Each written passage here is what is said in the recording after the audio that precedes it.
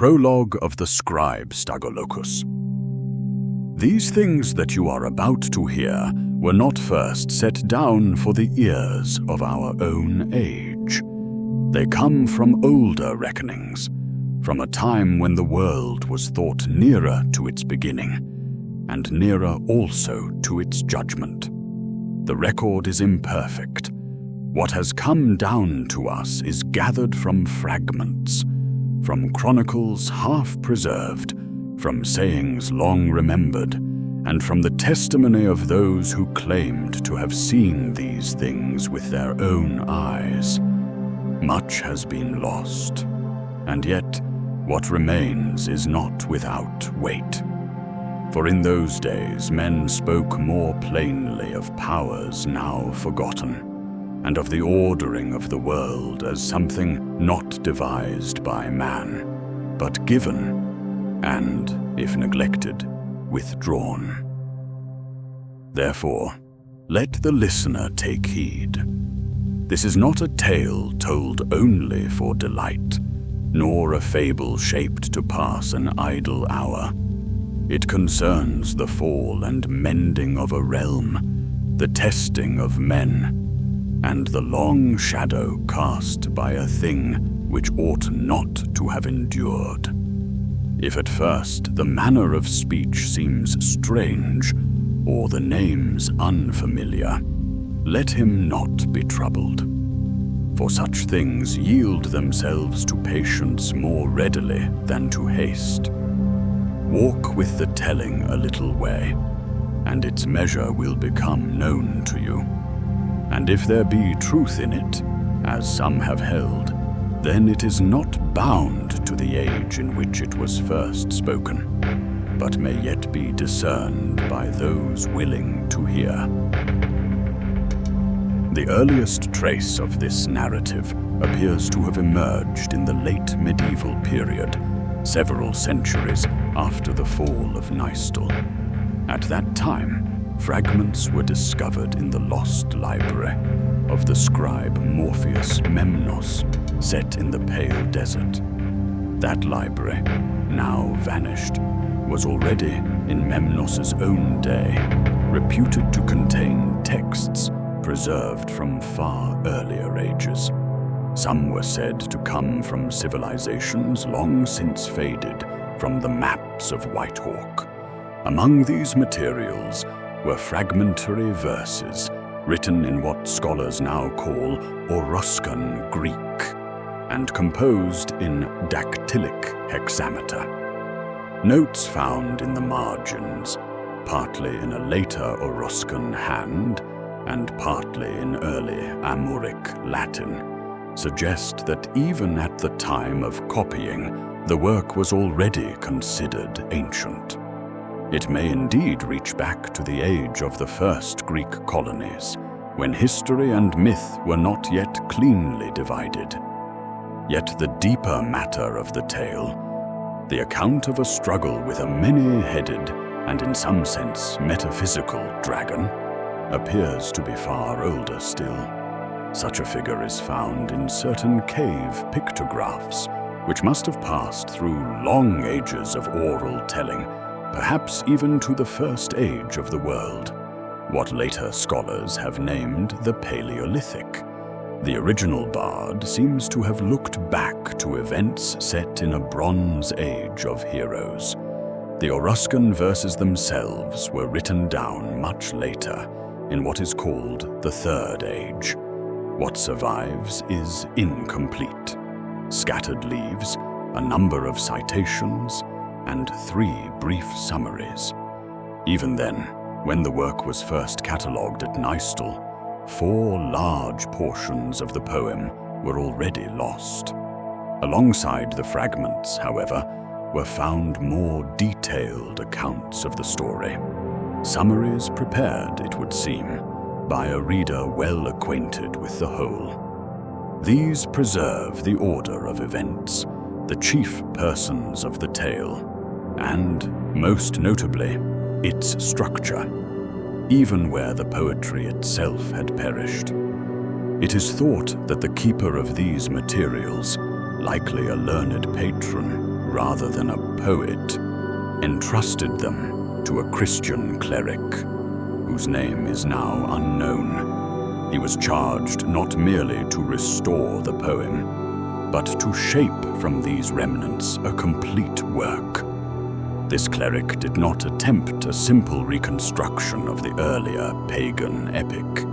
Instead, he composed a Latin redaction, drawing together the ancient verses, the surviving summaries, and an interpretation in accord with the faith of the Church. For he held that the spirit of the work already inclined in that direction, as though it were, in some measure, a presage of later truth. In doing so, he supplied what was missing: episodes, speeches, and passages of connection, not as idle inventions, but as things required by the form and meaning of the tale as he had received it. He also set the action in what he called the Fourth Age, his own time, that the account might serve to instruct the soldiers of his land. What remains, therefore, is neither the original Oruscan epic nor the medieval Latin composition, but a witness to both, a work standing at the meeting of pagan hero song and Christian moral chronicle. The seams at times are noticeable. Its voice shifts subtly across the layers of time through which it has passed. Yet in this very mingling lies its worth as a tale of the Fourth Age. Few texts show so clearly how an ancient story of strength and ambition was later received, judged, and reshaped by a conscience trained in obedience, in humility, and in the fear of God. The present work, Bladetongue, stands within the tradition of epic and chronicle, and not within that of the modern tales of fantasy which now prevail. Its voice is often archaic. This is not from nostalgia, but from fidelity, a keeping of a moral grammar no longer native to our common speech. The world it presents is not ordered by psychology or science, but by hierarchy. The work does not offer itself as self-expression, but as an illustration of obedience, rightly understood. A chief concern in these accounts is the nature of heroism. In Bladetongue, the hero is not known by noble blood, nor by victory, nor even by righteousness alone, but by the submission of strength to blessing. The sword drawn without blessing appears again and again as a sign of ruin. The same sword, when drawn in obedience to rightful authority, becomes an instrument of restoration, and in some measure, of immortality. Therefore, the work is also a warning. There are powers far greater than man that must be confronted, but do so with this wisdom: courage, when severed from order, will turn to division, and conviction, cut loose from vocation, will become betrayal. Prince Sinistox, then, is not chiefly condemned for misbelief, or even self-exaltation, but for erecting false authority. His tragedy is not atheism, nor even open revolt, but the refusal of his appointed place, and that without repentance. He does not deny the truth outright. He rejects the order that binds him. In this he resembles not the heretic, but the anti-pope, not the unbeliever, but the usurper. Thus his punishment is not annihilation, but dispersal, command dissolving into obscurity, for power that will not kneel must in time become irrelevant.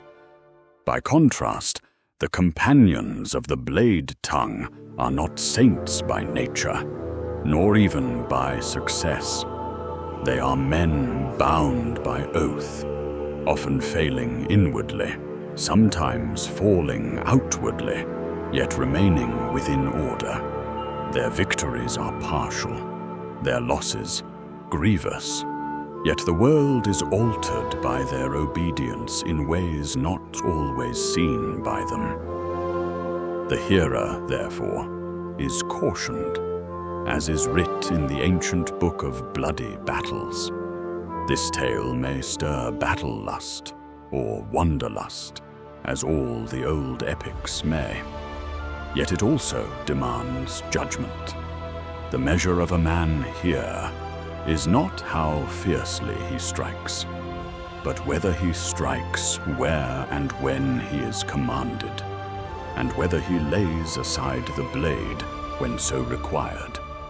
If lesson is to be taken, let it be this: strength is never neutral. It must be governed, and freedom, without form, becomes another tyranny. What is most praised in these pages is not domination, but authority rightly borne, and the peace that follows from righteous action, even when it is costly. Set down by Brother Stagolucus, Duns Scotus College, 1902. The fragments are to be handled with care. Here now is the mysterious work, Blade Tongue, told of the Fourth Age.